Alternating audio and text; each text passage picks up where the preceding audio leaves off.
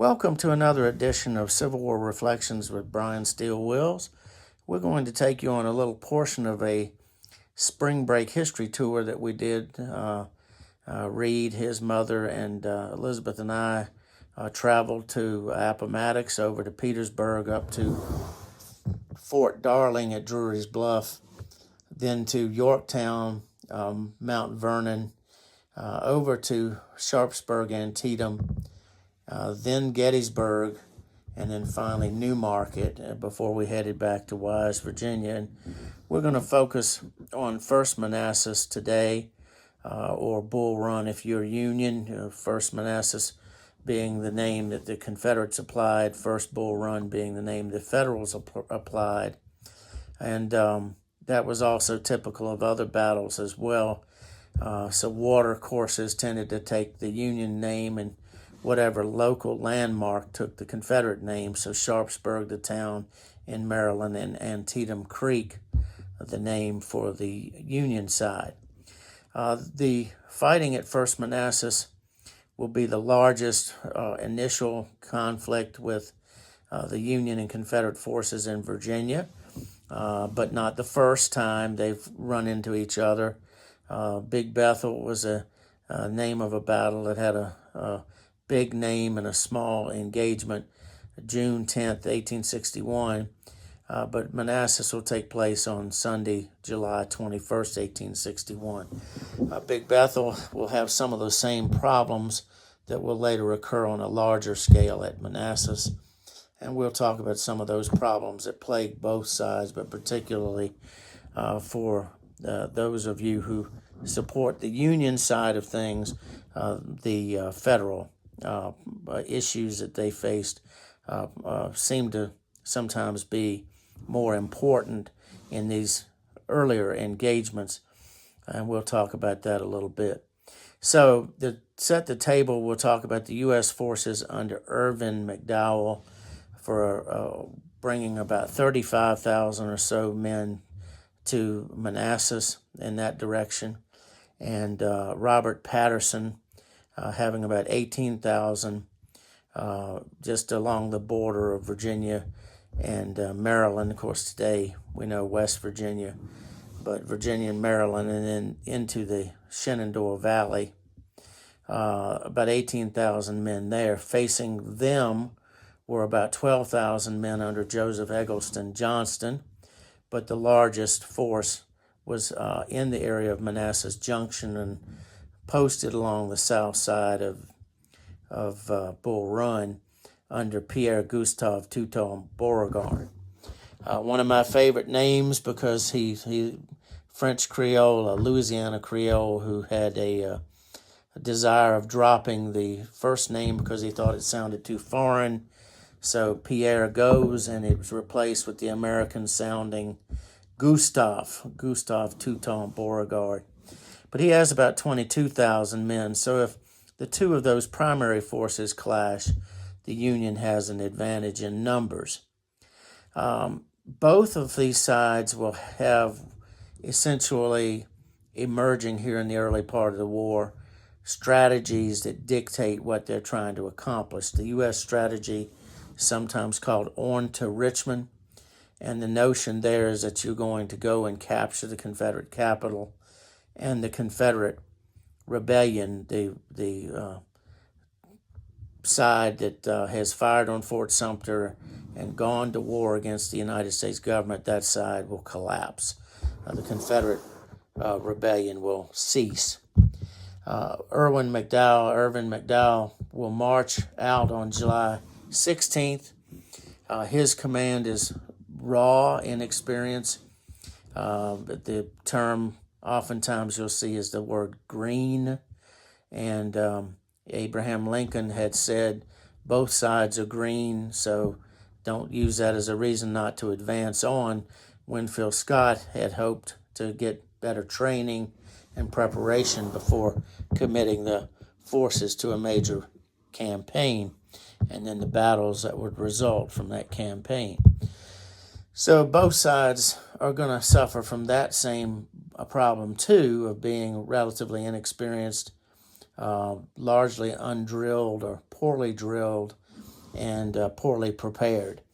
Except for the few people who seem to be a little concerned about the preparation side of things, most of the folks in these engagements on both sides are primed for a fight. The notion that one major battle should decide the war, and they were anxious to go ahead and roll the iron dice of war and see how they turned out.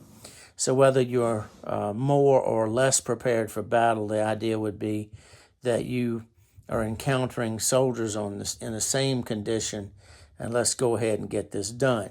On to Richmond, defeat the army blocking your way, and you can go and capture the Confederate capital. Original Confederate capital, of course, had been at Montgomery, Alabama, but once Virginia seceded, the capital of the Confederacy moved to Richmond. Ultimately, at the end of the war, Danville will take on a role as, quote unquote, the third capital of the Confederacy, and then the government pretty much breaks up from there. But for the time being, Richmond is the capital and the target. Confederates are spread out along the south side of the Bull Run watercourse, which has a stone bridge that carries the Warrenton Turnpike across it that will lead towards Centerville and would seem to be a logical approach point for the Federals. But you're guarding fords at various points so that you can prevent the Federals from crossing regardless of whether they come along the turnpike or they go and deviate to one or more of those fords and try to cross that way. Fords being areas in a water course that are relatively, the banks aren't as steep, and you can get into and out of the water with wagons, artillery, etc., being able to move with relative ease. So if you ever see a town called, like in Georgia, Shallowford, it's Shallow Ford because of the fact that at the end of that road across some water course will be a ford. Now, the Confederate strategy, for lack of better terms, comes to be known as the offensive defensive or the offensive defense. The idea then being that if the Union forces commit to a line of advance, a line of attack, you can use interior lines, roads, railroads, etc., whatever, and shift troops from point to point so that you can concentrate against invading columns. So once the Federals have committed and you know that they're coming in this direction, then you can bring in troops from other areas that can supplement the troops that are in the immediate front of the opponent. And that is the idea that Beauregard and Johnston will be following. If you can get Johnston out of the valley to Beauregard and supplement his forces, then together they equate the numbers of the Federal forces that McDowell can bring unless Patterson comes as well or Patterson acts in such a way as to prevent Johnston from moving, which is what, in theory, he's supposed to do. There will be an early brisk engagement at Blackburn's Ford on July 18th. The Federals are, in essence, probing the Confederate lines for weaknesses, and they will confront Southerners under James Longstreet. Those Southerners will put up a stiff resistance, but in many ways this is meant really as a reconnaissance, a scout in force, rather than trying to precipitate a major battle. So you're sort of probing and checking to see where there might be an advantage that you can take, not really for the purpose of bringing on a larger battle. Even if that's the case, though, the fighting is still sharp. Casualties do occur. It's reported that approximately 83 Union and 68 Confederates became casualties.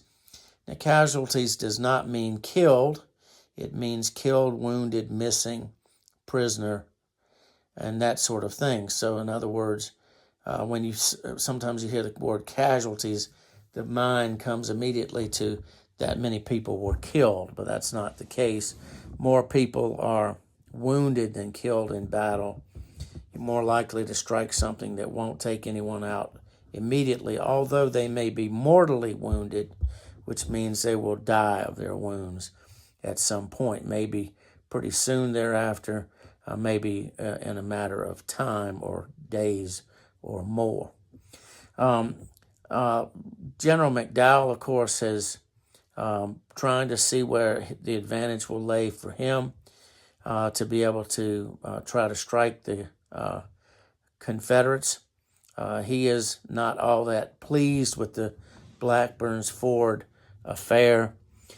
From his headquarters in Fairfax, he will issue a scathing general order demanding that the soldiers conduct themselves appropriately at all times. The behavior that has begun to sort of illustrate itself as maybe some sense of early feeling against the Southern civilians and Southern property as part of that traitor band that needs to be punished, and he's sort of reflecting this early, what they sometimes term Rosewater policy towards them, towards non-combatants, and the notion that the soldiers will fight other soldiers and not civilians, not wage war against civilians, and that you're going to protect private property. So he urges his troops to behave themselves and protect not only their reputations, but of course the sense that those watching will know that they've conducted themselves appropriately. Moving on from the Blackburn's Ford situation on Friday, the Confederates will also begin their shift on Saturday, July 19th. They'll begin their shift to Manassas to try to arrive as expeditiously as possible. Now, keep in mind, train travel's not what we think of. You've still got a lot of roads to traverse. So regardless, you can only get so many troops on trains. You can only move so much equipment. And so it's going to take a little while to get everything united, if that's the goal, united with Joe Johnston's troops coming up to support Gustav Teuton Beauregard at Manassas. Davis assures Beauregard that he's occupied with matters of state in Richmond. In fact, on July 20th, he has already indicated that President Jefferson Davis has indicated that he will remain in Richmond to basically be the political face of the government as they reconvene or reassemble the Confederate Congress. In other words, basically he's going to stay there to try to accomplish his role as head of the Confederate government rather than commander-in-chief. Although he really wanted to be a soldier in the field, he would have preferred, I think, to do that if circumstances had been otherwise. He'd been happy to lead troops into the field, to hearken back to his days in the Mexican-American War and his time in the cabinet as Secretary of War. So he's the kind of individual that he chafes at sort of the traditional roles of office, and so he's not going to want to just sit back and get reports. He's going to prefer to be at the scene if possible.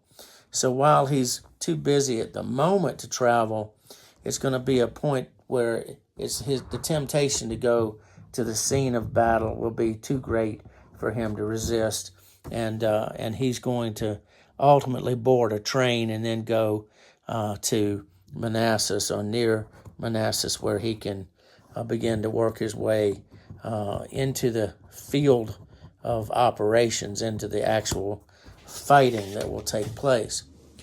Now, Robert Patterson remains in the valley. As we said, that is not the role that he was supposed to do. He had had an initial small victory 2 weeks earlier at a place called Hoke's Run or Falling Waters, and ironically, given the reputation that both men will have as the war goes on, his opponent had been the Confederate Thomas Jonathan Jackson. Now, Jackson is not yet won the nickname that he'll get subsequently, but he is going to have a setback against Robert Patterson. One of the generals I've written about is George Henry Thomas, and most of his career is in the Western theater, but part of it, the beginning part of it, is up here at under Robert Patterson, and he's part of the force that will push Jackson's troops back. Now, the major battle plan is not all that creative because there are not but so many choices that one can make. Holding a position that you're going to attack in place certainly makes sense to both sides. Both sides aware of the idea of feints, F-E-I-N-T-S, or sort of deceptive blows to try to conceal the real place that you plan to strike. And both of them are kind of looking at holding the opposing force in its center more or less in place while they go around one of the flanks. And the idea would be for McDowell to go on a big right hook, a big right swing around the Confederate left and strike it. And if one of the things that Blackburn's Ford had indicated is that the Confederate right had some strength to it, then that might mean that the Confederate left is weaker. The Confederates had the notion that they're going to strike early and do the same kind of attack against the enemy's left flank themselves. So Beauregard has planned the same kind of strike against the what he would perceive to be the more vulnerable part of the opposing line. In theory, the notion would be that whoever acts first will have an advantage, will gain the advantage of seizing the initiative. A lot of times you'll hear that term of acting in first forces the other people to react rather than to generate reaction from you. So in other words, you strike, you seize the initiative, and they have to figure out what to do after you've made that first, you hope, decisive blow. So if you create this situation, it creates uncertainty. The very least you could say is unwanted development of an attack where you didn't expect it. Now at Manassas, Beauregard, who of course is still viewed as the hero of Sumter from the Confederate perspective, he'd been the one who had been in charge of the Confederate forces in Charleston, will assume command. He's junior to Johnston, but Johnston has agreed, has acquiesced to this, and Uncle Joe will turn to Beauregard's leadership. The headquarters is at Wilmer McLean's farmhouse.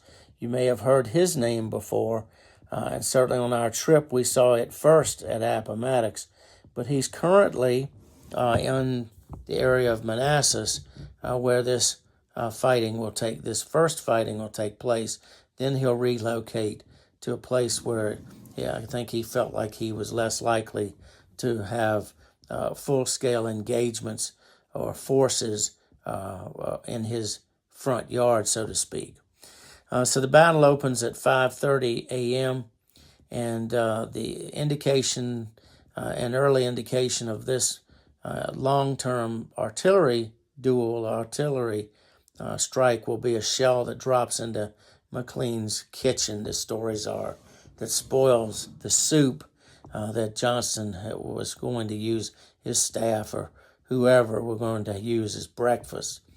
The main assault is scheduled for 7 a.m., so fairly early in the morning, but true to form with troops that are not as prepared for warfare as they will be, those who survive will be, is that everything's not really in place until about 9 o'clock. So about 2 hours after you had expected the assault to take place.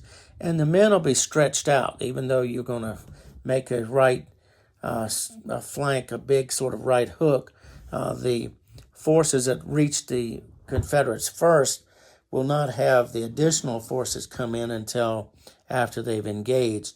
And the Confederates are the same way. They have some forces there to meet any potential threat. One of their commanders is a man by the name of Nathan Evans. His nickname was Shanks. And so Shanks, Evans, and about 1,000 Confederates take up positions on Matthews Hill. There will be confronting approximately 13,000 Union forces striking at them, about 1,000 Confederates. And while defenders tended to have advantages over attackers, that's quite a disparity. The reinforcements that are as close as possible will start filtering in from the southern lines, but they're not enough to keep the Confederates able to stabilize and hold their position on Matthews Hill, and they'll have to give way. All along the lines, the command go to the sound of the guns or go to the sound of the firing is fairly common. Now, among early challenges are communications challenges. Early problems that manifest themselves are the inability of the troops to communicate effectively.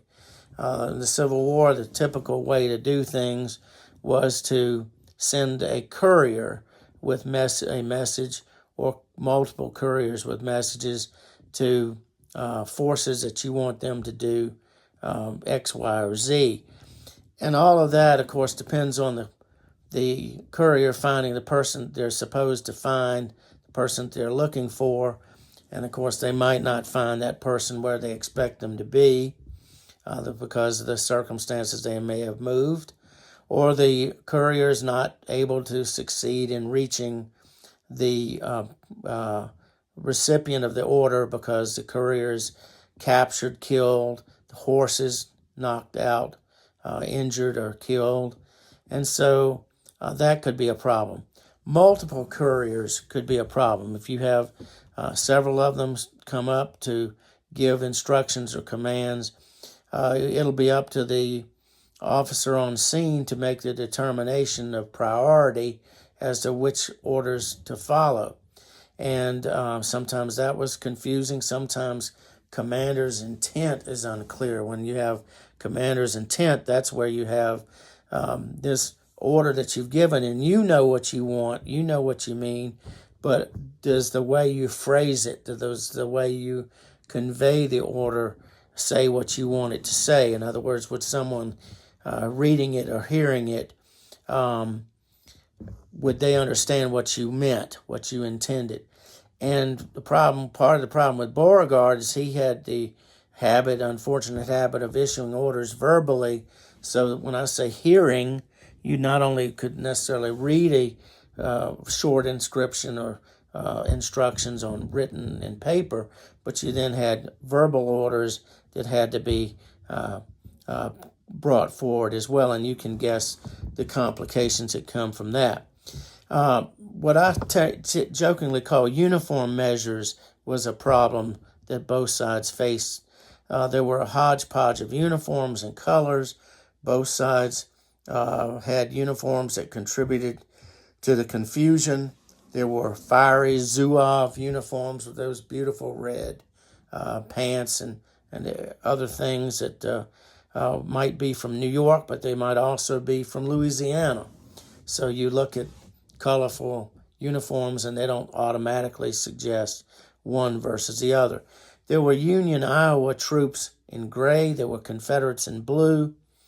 When the wind did not blow, even the flags could be trouble. Some that could be problematic because red, white, and blue on both sides is red, white, and blue. So sometimes that was an issue. Leadership and unit cohesion was an issue. Combat inevitably breaks down units. It produces casualties.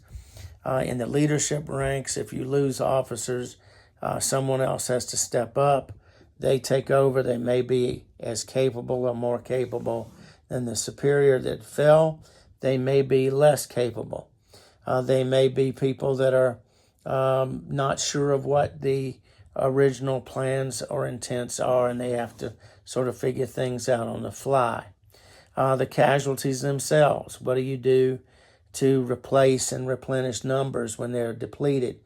Ammunition. What do you do when you got to get the ammunition that the troops need, etc., etc.? The fear factor. The troops that are on both sides are unprepared for combat. A classic phrase of the time was something called "see the elephant." And when you saw the elephant, that what you were doing was seeing something exotic or different or unique that was not something you would typically experience. And you did that as you face combat for the first time. So again, you have to deal with situations that develop which you don't anticipate, with circumstances that happen that require you to react, and with, of course, the dire effects of combat as shells and shot and shell and mini balls hit human beings. The reaction that other people have can be mixed. Some will recoil in fear. Some will be resolved to avenge the fallen. Some will be intimidated. Some will be enervated, is the good term. The fog of war. What happens when you cannot fully understand what's going on, what's ahead of you or around you? So the notion that things occur that are uncertain or unclear. And so the fog of war can be difficult to pierce and penetrate so that you understand. I used to tell my students that you get the notion of the kind of clarity when you hear people describe developing the enemy line or feeling for the enemy as you try to understand what it is you're facing. And usually the more resistance you face, you know the enemy's there in greater strength. But the bad news is you've also sustained the casualties. The push on to the Henry House Hill creates many problems that both sides, again, have to respond to and react to. It does it for the Confederates and for the Federals. As Union artillery comes up, unfortunately, Ricketts Battery is placed without adequate support, and it means that they don't have the kinds of infantry forces that can help secure the position. So the battery itself has to fire. It can be very effective. It can have solid shot for more distant targets where the ball is not meant to explode. It doesn't mean this ball is solid, but it's not meant to explode.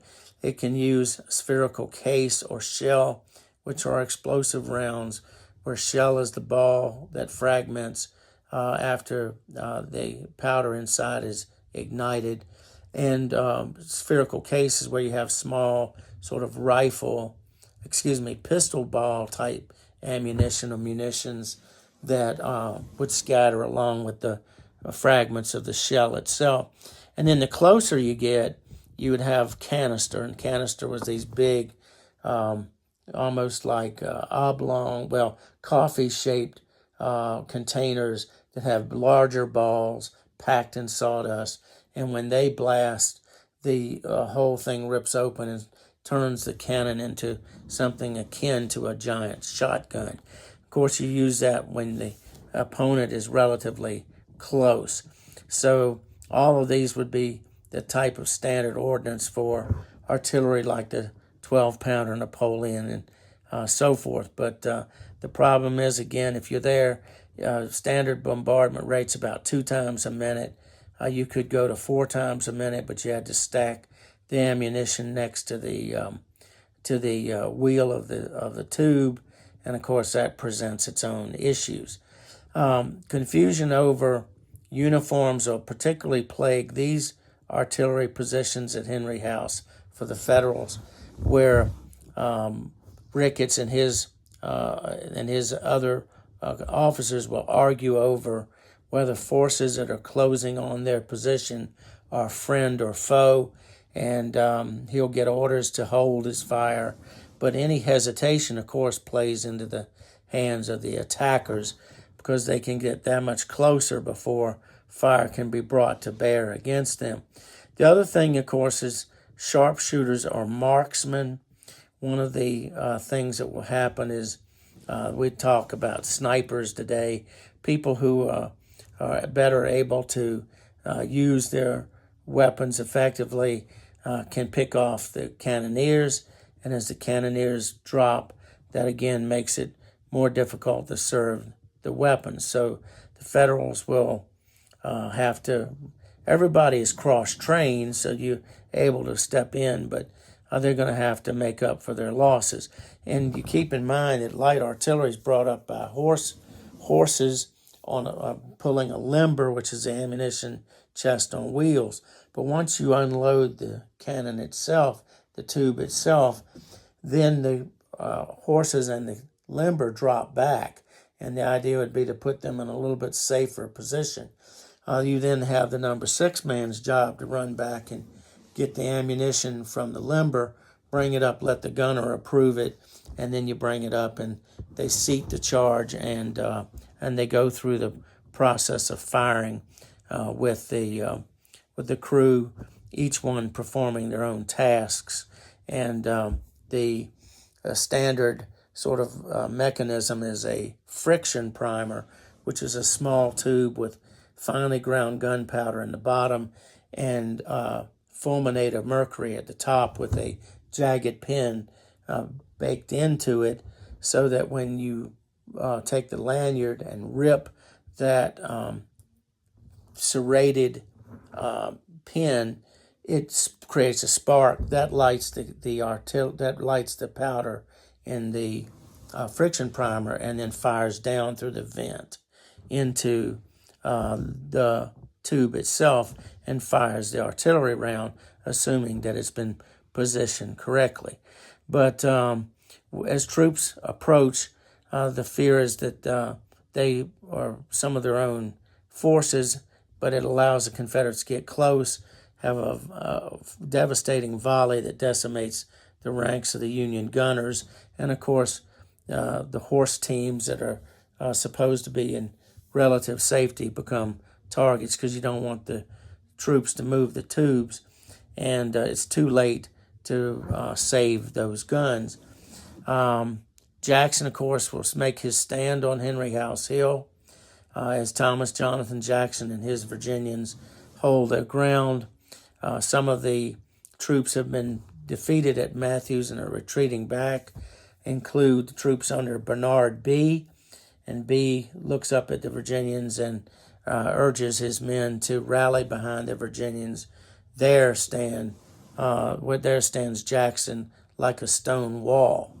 So that's where the nickname comes from. Jackson is standing like a stone wall, rally behind the Virginians. It may be, and most people assume it's a compliment to Jackson, that he was holding steady in the confusion of combat. It may also be a criticism that Bee had hoped he would come up to help, and of course we'll never know what Bee thought because Bee did not survive the battle. Another person who doesn't survive the battle is the bedridden octogenarian Judith Carter Henry. She was the widow of a long gone naval surgeon, confined to her room when the fighting started. Of course, it started at Matthews and then moved over to the hill that contained her home. There were attempts, including by her son and others, to move her to safety, but that did not work out, not the least because she asked to be just put back into her own bed. And again, because Union artillery fire was trying to drive off Confederate sharpshooters, and because of just the routine engagement between the two forces, the house and its occupants were subjected to quite a bit of fire. A shell shattered the bedstead that Judith Henry lay in, while a servant huddled beneath, and by the end of the day, she was dead. The widow was no more. As always in these fights, there are going to be the sort of moments of action and then sort of a lull in the fighting as everybody regroups. And the Federals then renewed their assault at approximately 2 p.m. in the afternoon.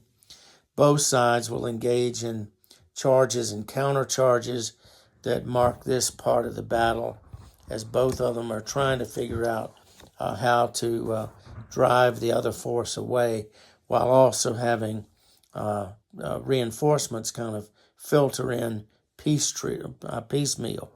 So you can imagine the maelstrom of fighting where some of the soldiers are coming in and they're trying to figure out the best position. It's late in the afternoon when the Confederates reach what might be a final breaking point. There is some sense of a dust column in the distance. If they're Union, that could be trouble. That could mean Patterson has arrived to support the Federals, or it could be other reinforcements for the South.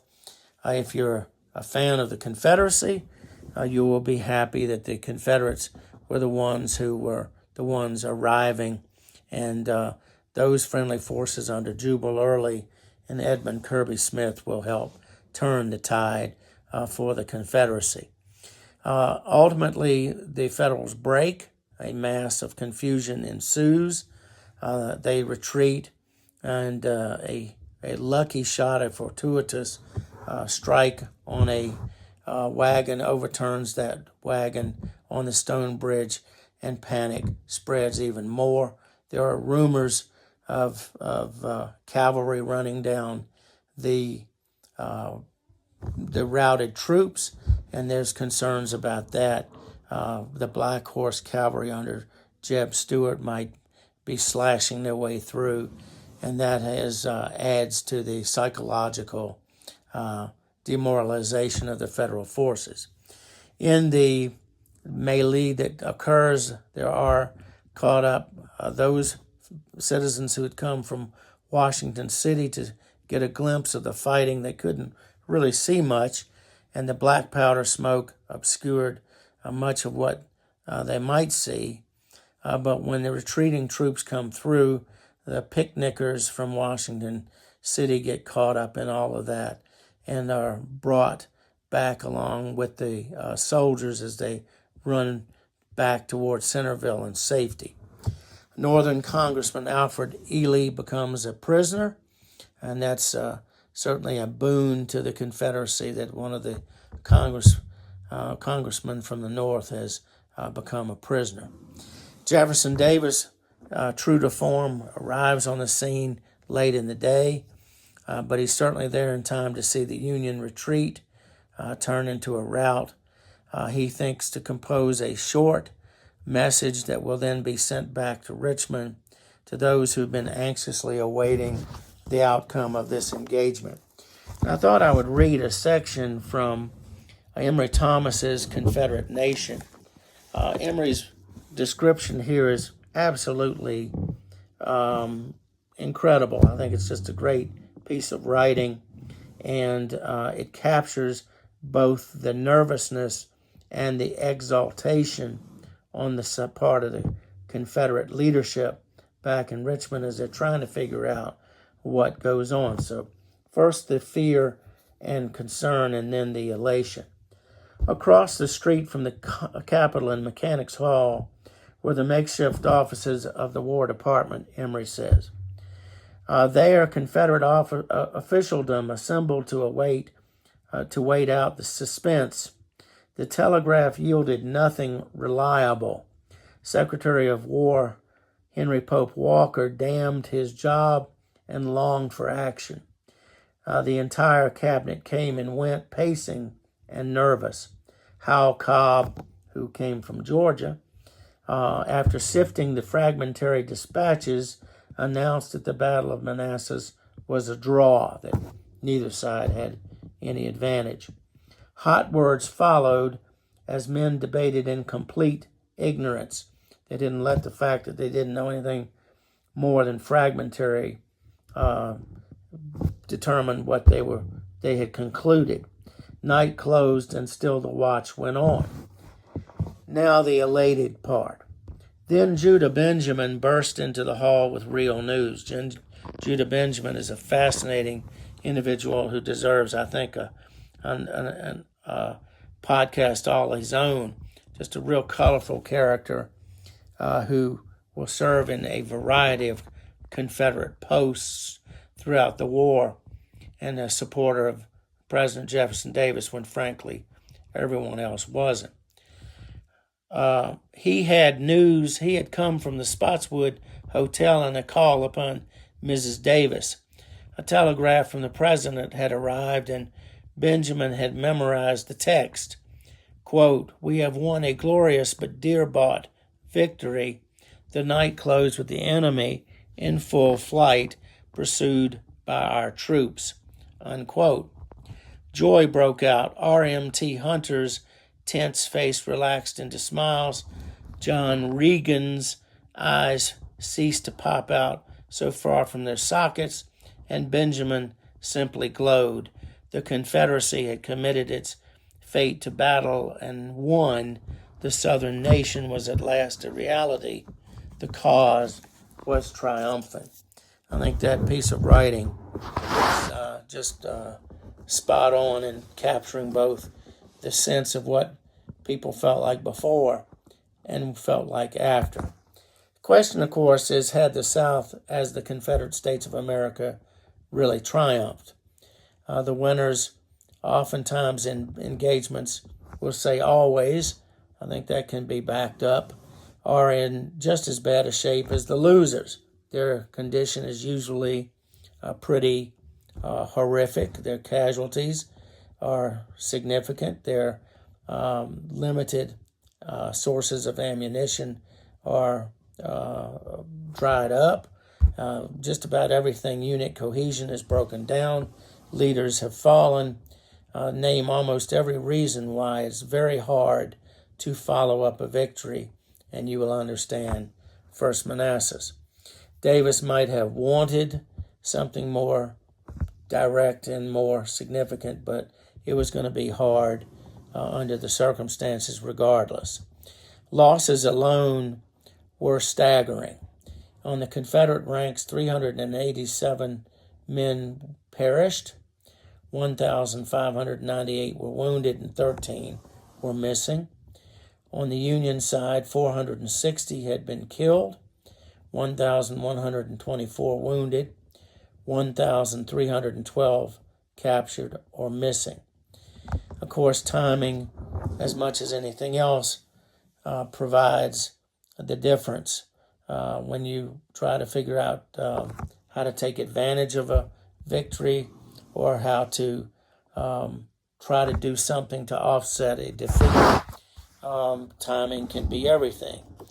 One of the men I wrote about, Nathan Bedford Forrest, said if you get the scare in them, if you get the opponent afraid, keep it in them, because he understood a rallied opponent was as dangerous as any other force, because a force that could rally could turn on you and offset your victory.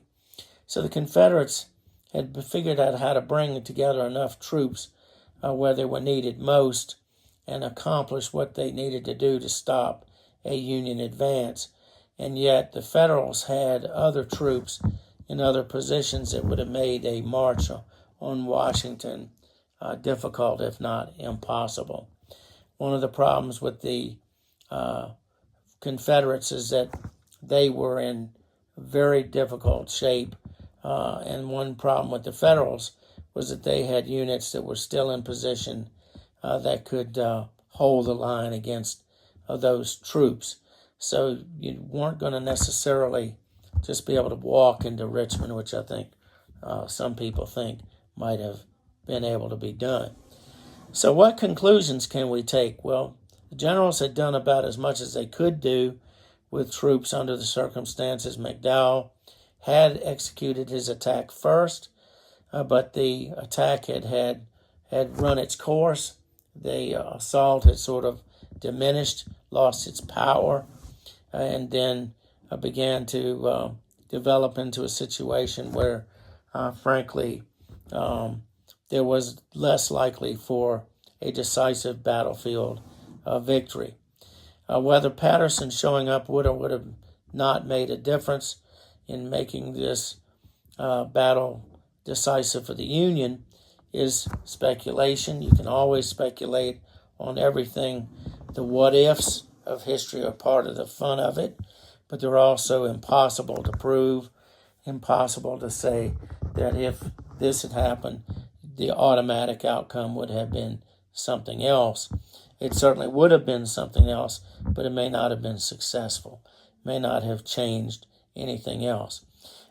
You can't be a Monday morning quarterback to draw from a different analogy because there was no way to guarantee either Union victory or the Confederates been able to follow things up any more than they did. Counterfactual history is fun, but it's pretty much limited to that. You can always speculate about that. Jackson, by the way, did sustain an injury. He took a bullet in the hand, and one can only imagine had that bullet struck him differently, what that would have done to the war, because we know what will happen later on when at Chancellorsville he rides inadvertently into the Confederate lines and is shot and ultimately dies from his wound. Actually dies from probably from sepsis, from infection, as much as anything else. There are, of course, a lot of other points that can be made. A sad fact was that more fighting and death lay ahead. There had been plenty of death on Bull Run. You could, if you were able to, ask Judith Henry or Bernard Bee or Francis Barlow, who was another famous individual struck down.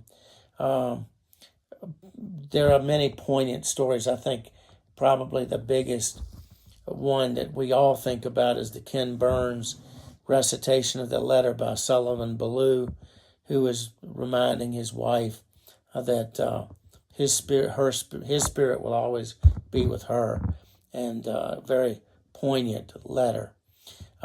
James B.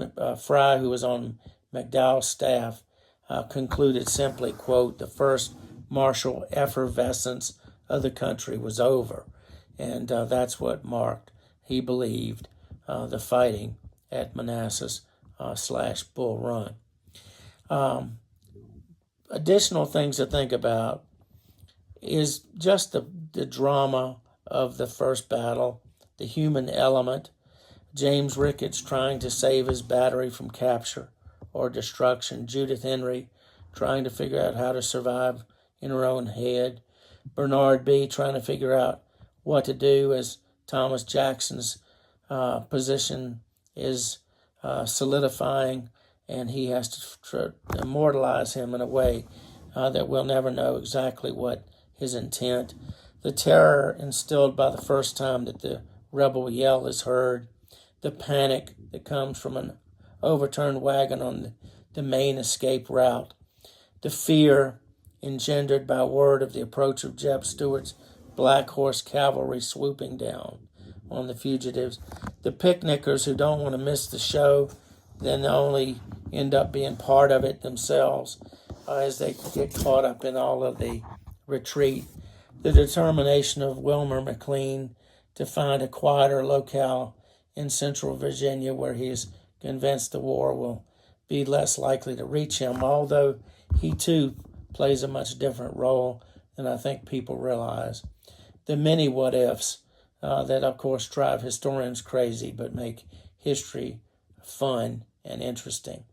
So poignancy and pathos, bravery and camaraderie, gallantry and sacrifice, courage and even cowardice are all part of this story of First Manassas Bull Run. We'll try to save some other stories for later on and see what we can do to tell different things as we go forward with our podcast. But thank you again for joining us in a little bit more extended podcast this time. We'll see you next time as you enjoy Reflections on the Civil War with Brian Steele Wills.